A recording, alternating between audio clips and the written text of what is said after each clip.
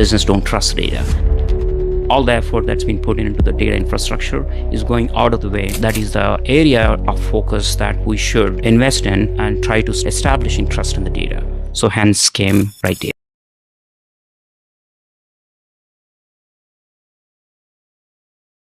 Welcoming you to the inaugural episode of our podcast series that is Scaling Up with Data, where you will meet the data leaders. They will share how to get insights for data, implement at enterprise scale, and how to get business outcomes. Hello, everyone. My name is Geetika Khosla. I'm a senior product manager at T-Mobile, more than a decade of experience in different industries like cybersecurity, fraud and risk, customer experience, and also had a great chance in working with different organizations like Microsoft, Expedia Group, Sprinkler, and Cyber. Today, we are very excited to welcome Vasu, the CEO of RightData. Over to you. Hello everyone, Vasu Satenapalli. I'm the CEO and Chief Architect for RightData. I've been a data guy throughout my career. I started my career about 27 years back. Early part of my career, I've been very fortunate to work for companies like Nike. I did some management consulting with Deloitte and IBM. I also worked for Coca-Cola, most recently with Bank of America. So throughout this, I have seen data and the evolution of data from a traditional reporting all the way to the AI. With that experience, I started RightData. It's about 9 years. It's been a phenomenal journey so far. Thanks for having me here. That's amazing, and thanks for being here. Vasu, before we get into what Right Data does, tell us what you saw in the market that made you think this company needed to exist, and what was the moment? Sure. Yeah. This is a very frequent question that I've been asked, and that's any founder would be asked the same question. My story is very simple. My founding insight came through my experience when I was working for all these companies. I've been part of data teams, like I was mentioning. We, as a data team, spend quite a bit of effort and investment towards building pipelines, building data warehouses, lake houses, BI reports, etc. But the fundamental issue is we deliver all that, and some of the times, or most of the times, I should say, business don't trust data. And they would always question, okay, is this the right numbers that you're producing? All the effort that's been put into the data infrastructure is going out of the way, not having trust on the data. So that had happened repeatedly in multiple engagements that I've been part of. Before starting company, RightData, I felt that is the area of focus that we should invest in and try to start a company around establishing trust in the data. So hence came RightData. It's amazing. I mean, that's the main problem statement that you actually spot on and identified and then focused on it. Amazing. My next follow up question to this is, was there a specific customer story early on that confirmed, that you are doing something real and this is spot on for you? Absolutely. I mean, this happened before starting and during the early stages of the company. I'll take without naming a company. This is one of the largest enterprises out there in US. Being part of a program that's transforming their legacy FP&A, financial planning and allocation system, from a legacy over to the new platform. There was quite a bit of an investment went in. Almost 2 to 3 years was spent on modernization. Technically, all went well, and technically the project went live. The problem is business was not adapting because the numbers that they see from the legacy system that they used to for the past 25 years are not matching to the new system.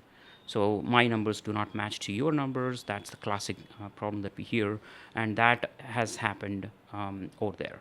And I was actually made responsible to actually solve that problem, and it was a great run where I was able to pull in a very strong team and who can actually build a solution that can empower business users and data stewards with a self-service integrity audit. What had happened was the project team did build audit reports. They did show that, okay, the numbers were transformed correctly. But what they want is they wanted to compare to what they already have seen, what they're used to. So we need to empower them instead of technical team building the audit report. We need to empower business teams to with the integrity audit and a self-service data reconciliation, which is what basically a game changer for that instance. And it was a multi-million-dollar problem that we have solved with them. Being curious, another thing that came into my mind, that was there a specific customer story early on that they confirmed to you and came to you like, hey, this is something real, and then that's you think that it's a spot on for you. Yeah, everything starts with even before starting the company. Idea validation happens for any startups. That happened while I was working for a previous organizations where the problems of reliability has almost stopped some of the projects. And that's the realization that this is the area to focus on and then jump into and build a product. That had happened, like, but your question on our first customer, and then that actually gave me confidence that yeah, I'm onto something. That happened with one of a UK customer. Surprisingly, we are a US-based company. Our first customer is based in UK, and they actually have put in a demo request watching a YouTube video, and that's quite surprising. We probably have 20 watches, and and then one of them was a prospect, and they reached out and they explained their problem. Their problem was very simple. They have all this data that's coming from various firms. There's an investment pension fund management company based in UK, and their goal is to analyze the data and generate reports and produce information to some compliance teams and investment committees and so on. Data being accurate is mission critical for them. And for that, they actually have a bulk of analysts just doing validating data, making sure it's tying up, making sure it's reconciling to its sources. That's what they've been doing. It's beyond a traditional data quality. It's not just checking for his address, phone number is right, and so on. It's more to do with is my data is in check compared to my source system or not. That has been the problem, and we built the product just to solve that back then. And they reached out, and I felt this is the moment. I just packed my bags and then flew into UK. I was there 2 weeks with them, understood the problem, did a pilot on our product, and we solved their problem, and then we were able to close the deal in 20 days. That actually gave me a confidence as yes, we're onto something. And the confidence and excitement happens when there's a first time to value. It's one thing when you do POCs. The second is when customer actually sees the value out of your product. That's when you see the excitement. Yes, this is adding value to the customers, and so we can. It's not just a one and done kind of a deal. This is something we can build for a rinse and repeat. So that's basically was the moment of the truth, and we haven't stopped from there. That's really inspiring, Vasu. Moving towards the next question, and I'm pretty sure people will be super interested and excited to hear about it. It's more around that you have been in the data space from so long, and how has the problem you're solving changed, or it's stayed the same? So just rolling back to the previous story, what did we solve? We basically, there's always three things that I try to talk about whenever I think about things. There's why and what and how. So why aspect, why they even reached out to us, it's not the validation problem. They reached out to us because they want to establish trust on the data. They're already doing it, but they're doing it some less automated way, not so efficient way. So that's a why aspect of it. And what they're trying to do, they're trying to validate and establish trust on their data, and how they were using manual processes, but now they want to have an automated process, right? So piggybacking on that story, what had happened, the journey of integrity audits and validating data has transformed from a traditional BI now into AI, right? Whether you are using this data for a traditional BI or AI, data needs to be trusted. So yes, it has transformed, but the core problem of trusting data has not changed. Need for trusting data has not changed, and in fact, that has exponentially become bigger. I'll take this through back in the days, like in about 10 years back, when there are BI reports that have been delivered to CFOs and CIOs, for say, or CEOs. And if numbers are wrong, humans are verifying and checking it, and either proactively or reactively, they're going to fix the problem. It may be a bit of a credibility issue, but they want to fix the problem. But now, things are different. It's not humans using the data and creating insights. AI is doing it. And AI is doing it at a machine speed. So the issues that we are encountered when you do it manually has exponentially increased with AI, because it's AI is working at a machine speed and generating insights at the machine speed. If the decisions that are being done are inaccurate because of the data is wrong, and impact is much greater. Moving to the next question, and as everyone is talking about AI, it's AI world right now. So, from where you sit working with enterprise teams and enterprise data every day, right? So, what's the gap between the AI conversation happening in the boardroom versus what's actually happening in the ground? So, what is the real truth we really want to know? I'm really glad you asked that question because I just had a summit that I was part of, and I presented on the same topic of AI having leadership team and boardrooms talking about AI. I'm glad you asked the question because this is what I have been seeing. This is what I have been seeing, including our own board meetings, right? Not just customer board meetings, all across. Historically, the board meetings are very much finance driven. Okay, what's my next thing? I mean, less about technology. But now, even boardrooms having conversations about how are you going to use AI to positively impact my bottom line and increase my top line growth. And that's the kind of questions I've been asked, and they were also asking questions about what kind of agents that you're deploying, what type of autonomous processes that you're employing, what type of automation that you're doing. And these are the conversations that are happening at the board, which is super exciting for the industry. But the unfortunate and better truth is AI is going at a pace, but the infrastructure underneath, which is data, is not going at that same pace. Because why when we started the company, the goal of the company is to establish trust on the data by means of validations and reconciliations. We talked about that, right? But now, if you were to implement all these agents that are actually feeding off of the data, if the data is not right, if the data is not verified and validated, if you don't trust the data, the outcome of the AI initiatives are going to be pretty bad. So what I see is two different worlds. One at the aspiration world, at the leadership level, trying to leverage AI as fast as we could so that we can get the maximum value out of it. At the bitter truth, at the ground level from a data teams, and the data is not AI ready. And it may be good for doing a prototypes and POCs of AI programs, but if you want to productionalize it, you want to have an automated process that continuously checks: is my data continue to be valid? Is my data continue to be trustworthy? Does it have enough context for AI to make right decisions? It's not a one and done, it's an ongoing basis. So that's what is missing. That's the two worlds that I'm seeing. Got it, got it. Spot on. Actually, this is the real problem. And just continuing on that thought, like, is this so? I just want to understand more about the problem, right? So, is this people problem or a process problem or a tooling problem? As you have already mentioned about the infrastructure problem as well, but just want to deep dive more into it. It's hybrid. I mean, definitely, I would say all three.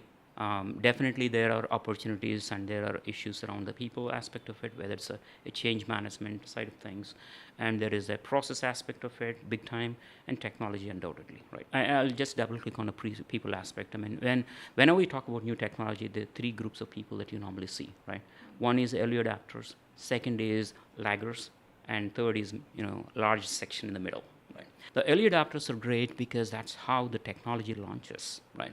And taking the AI as an example, I mean, early adopters are the one which got where we are, which is a great thing, and they are very successful and phenomenal in completing that pilots so that they see the value.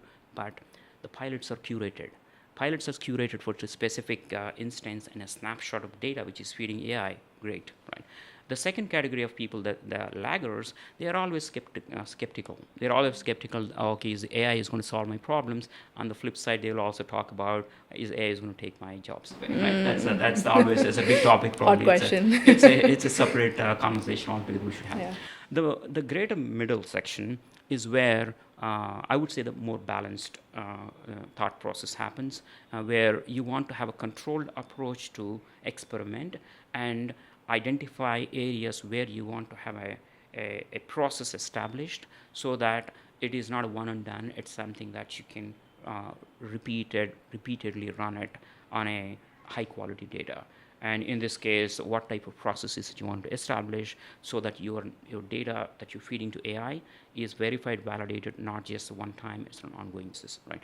So again, going back on the people process aspect of it, the people perspective, all three groups are important, but the middle people will make or break, right? The people who are in the middle, who are more of a rationalist, right? And that's right now that whole evolution is going in that phase. The process perspective, yes, there are processes that are being thought through right now, whether it's a data ops and AI ops and data governance, which is coming back, by the way. Back in the days, data governance seems to be, you know, has a bad connotation that it is slowing me down, because it's more seen as a more of a regulatory thing than it's kind of seen as an innovation blocker. But no, it's no longer the case, because without data governance, without data quality, AI programs would not be successful, and everyone is realizing that, which is a great thing. Moving on to the technology aspects, there are options out there. I think it's less about technologies of AI enablement. The focus has to be more on the technology aspects of AI readiness. Absolutely, spot on. And especially, I'm also coming from data governance and data security part, so I totally understand the refrain, the hesitance of folks, saying that hey, it is slowing us down, and adaptation that it takes time to understand what exactly governance is doing for you, what policies framing doing for. So absolutely, thanks for doubling down your thoughts on it. Continuing to the next question, and as we are already talking about AI, so AI hallucination gets a lot of press, a lot of traction as it's a hot topic, and but you have hinted that the real hallucination problem is not the model, it's the data. So can you please tap more on it? Absolutely. About the AI hallucinations, yes, you're absolutely right. There is quite a bit of a press on it, and people like to actually double down on the negative aspects of it, rightfully so, right? AI, but the good thing is that there's a lot of investment went in, a lot of progress that's made in terms of fixing the hallucination problems at the foundation model level. So that's the reason why I say the AI hallucinations is less of a problem now. It's more about the data that's feeding to the AI. Is it fresh? Is it clean? Is it relevant? Does it has the necessary context? That's where the problem is. The hallucinations and incorrect output that's coming from AI is not because of the probably a year back, year and a half back, AI hallucination problem. Overall, large language models and foundation model has advanced significantly. That's not a problem anymore. To me, the biggest problem is the data itself, right? The data needs to be valid, data needs to have a proper context, etc. Right? That's where the focus has to be.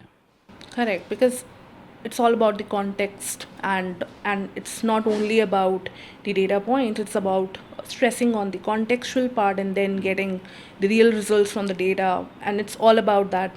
Totally understood the narrative, and it's really helpful, so that I am pretty sure people will going to understand better. Enterprises will definitely going to stress on data part rather than just focusing on making updates on the AI. So yeah, totally. So coming to my favorite question, so what does right data actually do?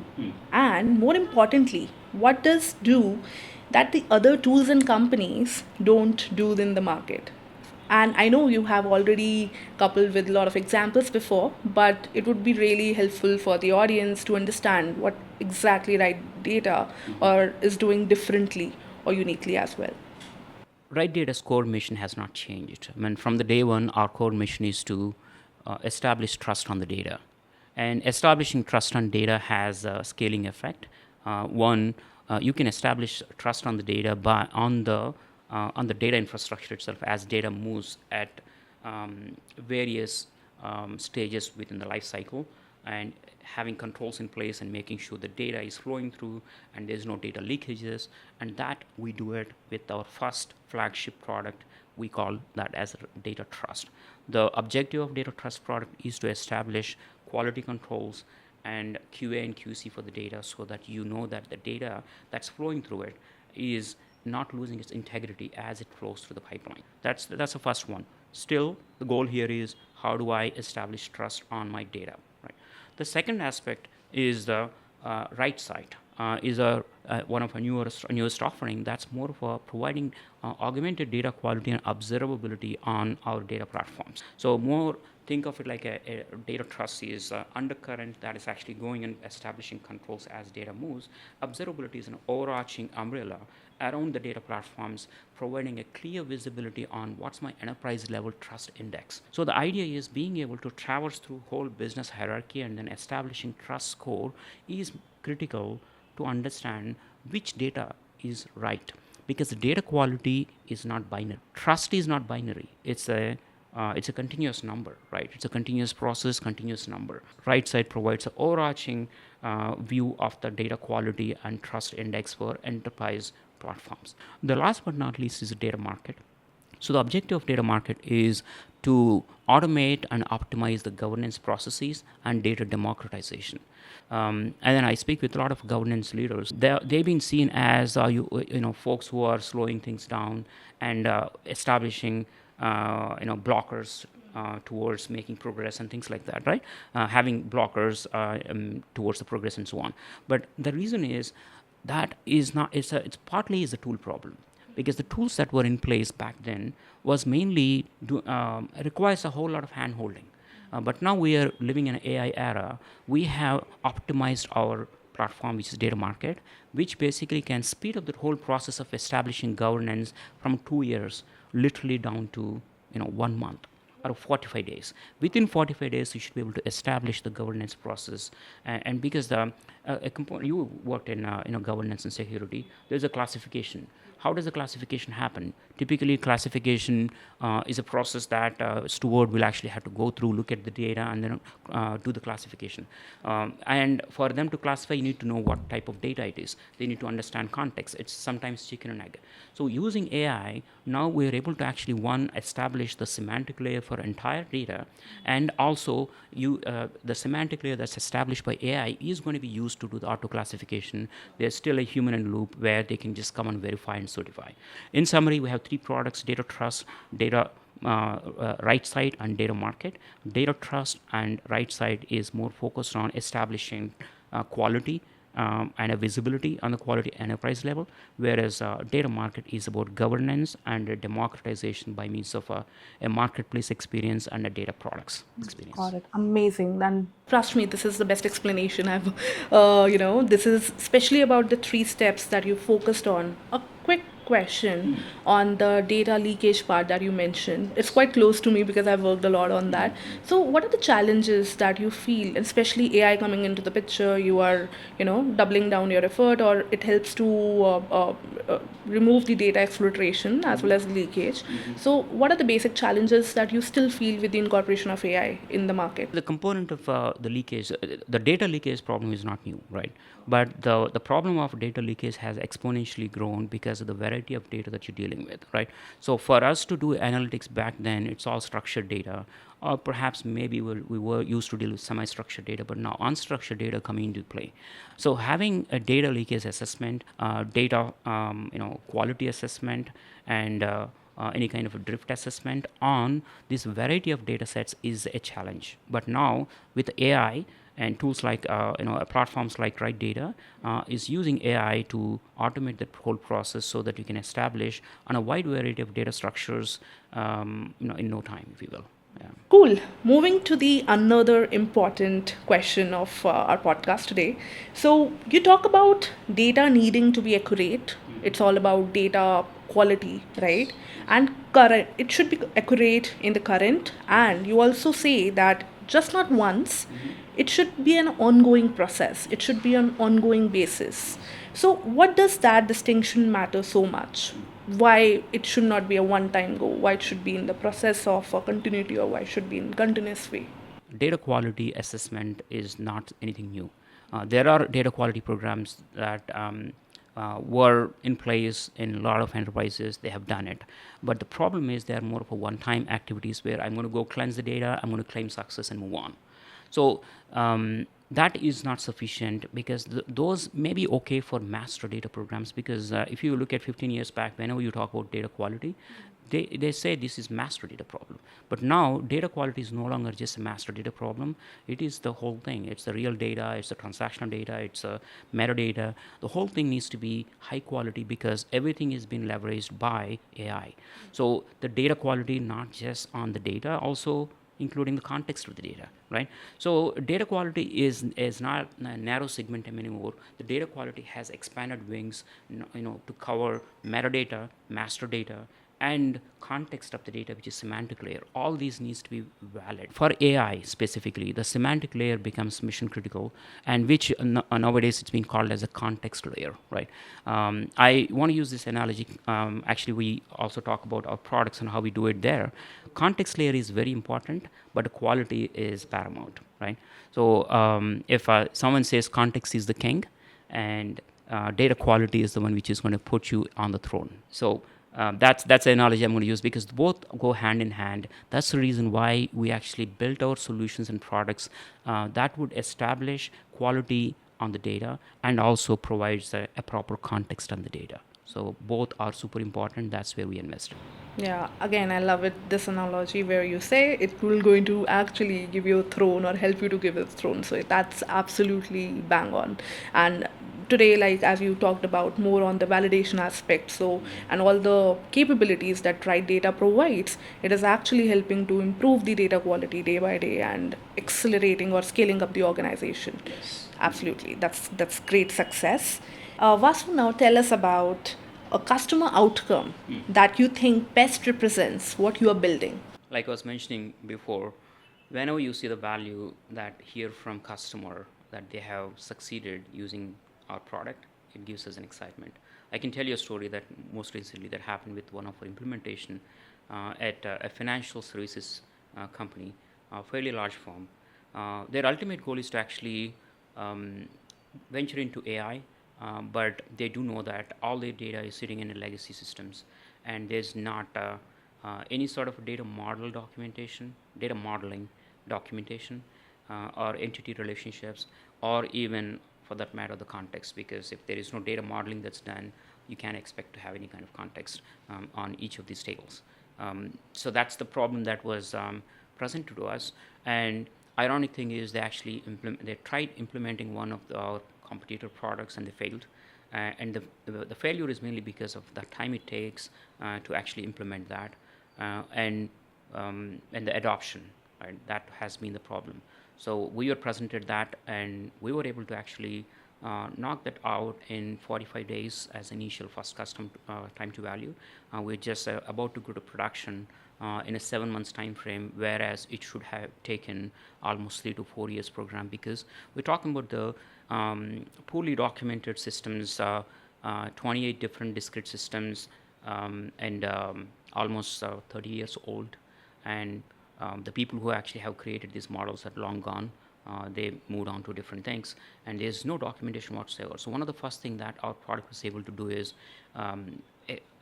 identify various relationships and document, classify the data, add some business meaning to it, and provide ability for engineers who wants to actually do the future AI programs, um, a, a clear documentation on what data exists where, and where the sensitive data exists, what type of classification that they all belong to. And all these are the business definitions of the data. We're able to do it in very short period of time using our product, which is powered by AI. That's a phenomenal success, and of course, there is a lot more road ahead of us. But it's a first milestone that we're able to hit with this customer, which is really phenomenal, because, like I was saying, a program that was supposed to take 4 years has completed in the span of 6 to 7 months. Absolutely, that's a huge success from 4 years to some months. Oh my God, that's really because time is money, and you're saving enterprises time that is actually Time saving counts as money. money, yes, absolutely. Absolutely, bang on. Vasu, where do you think the data quality category is in 2 to 3 years, and what role does right data play in it? Yeah, it's a great question. I think data quality has been around for quite a long time, and in my view, it's going to continue forever, especially with the emergence of AI, especially with the expansion of data feeding into AI. Having the right kind of a quality for the data is very important. As far as the tooling is concerned, so we are investing heavily into automation and simplifying the journey of the data quality assessment, data integrity audit, and establishing trust. So one of our customer came back and asked, "Do I have all these specs that were created in my Jira, and some files. Can you use that to create the controls? Yes, you have a drag and drop interface, but I don't want somebody to go and drag and drop and create the configuration. Can you simply connect to the documents and then automatically recommend? Yes, technically it's possible, right? So we kind of already thought about that, and we have, we calling it as an ETL harvester.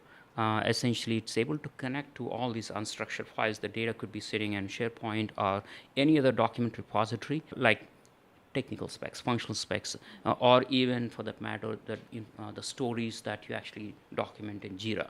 So we can connect to all those while developers are using that to create the pipelines and transformation logic.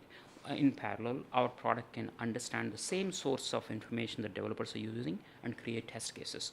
And so that way, the test case generation becomes automatic. And our journey is we start with the QA, which is creating test cases. The next is in production, we take a subset of them and automate and continuous monitoring. So that's why you call it QA and QC phases. QA is a non-production testing. QC is an ongoing monitoring of the quality in production. So for both of it, this document reading capabilities to auto-generate test cases is coming really handy because sometimes they can be thousands of pipelines. Trying to create for each pipeline, there could be dozens of test cases or quality controls. How do I do all this manually, right? That's the reason why the programs takes very long. Sometimes they die down because of the adoption and the time it takes, right? So with the emergence of AI and implementation of AI capabilities in a product like ours, which in this case we invested heavily, and I think that's going to change. In the next couple of years, yes, data quality becomes a paramount, but those tools who actually adapt to AI so that they can fast track the journey will be the winners. I strongly feel we are in the leading pack. That's amazing. That's so good to know. So whatever you have mentioned, it looks already futuristic. As AI, because of AI, all the things are moving so fast, it's very hard to predict the future. But as a CEO or as the founder of the company, if you have a crystal ball and if you want to predict for the next 2 to 3 years, what would be that? Absolutely. This is something we always think about because, as part of the product roadmap, we need to think about what's coming up next, how we can stay ahead of the game. So, from that context, absolutely, we have a couple of things in mind, but not disclosing too much in terms of what's coming. But what I aspire to is a full automation. Right now, we're able to shrink the amount of time it takes to actually establish quality controls to a significant extent. And that whole process of a continuous keep up is also being done. But what if we can have a process that would understand the business changes, meaning companies are getting merged, companies are getting spun off. As a result, there is a platform play where platforms needs to have a migration validations, platform needs to have a controls established for a future state and so on. All that can automatically be done by product like ours because we have the power of AI. It has a context, it has information about the companies that are getting merged, information about companies getting spun off, and based on the events that are happening to the business, if our tools can act to it and without a lot of input, if we can shrink that whole time to days instead of months, that's where the future is. So that way, this whole innovation can go much faster in that area. Vasu, what do you wish more enterprise leaders understand about AI that they currently don't? So, any tips for them as well? I'm sure it won't be the case for all leaders, and there are some leaders who are already forward thinking. I would wish a broader segment of leaders would think AI programs not like a AI IT initiatives, rather, it's a data strategy. That's the mindset and change in thinking I would wish would happen because the success of AI relies on not just the infrastructure that's supporting AI, also the data platforms that are supporting AI. So as long as we have that mindset and we are setting out for success, one thing I would like each of the data leaders to ask themselves a question when they start AI initiatives is, am I comfortable AI making decisions off of the data that I have? If you have any doubt about my data may not be up to the mark, first invest in that, making sure have the right kind of foundation in place so that you have a quality controls, you have a data cleansing done, and the data is having enough context, and these kind of a foundation layers needs to be the first priority before you launch any kind of a productionalization of AI workloads. Thank you, Vasu, for the super insightful session today. I'm pretty sure the audience must be super excited to hear about what are the nitty gritties of data, trust, data quality, and this is, I mean, super, super helpful for them. I want to close this podcast and want to appreciate Mr. Vasu's time that he has taken this much effort and time for us, for our audience. And I'm pretty sure the data practitioners or the data leaders, it would be super helpful for you to understand how to scale up your enterprise. And the specific part that we have focused on data security, data quality, and data trust, and how it is important and changing the whole life cycle of the enterprise and focusing on the AI that will help to reduce your time, that is from 6 months or 4 years to few months or few days. So that is really liberating, and it really helps to scale up your enterprise. All the case studies that have been discussed in the podcast, you can find it in the description, and all the notes will be provided as well. Thank you so much. Have a nice day.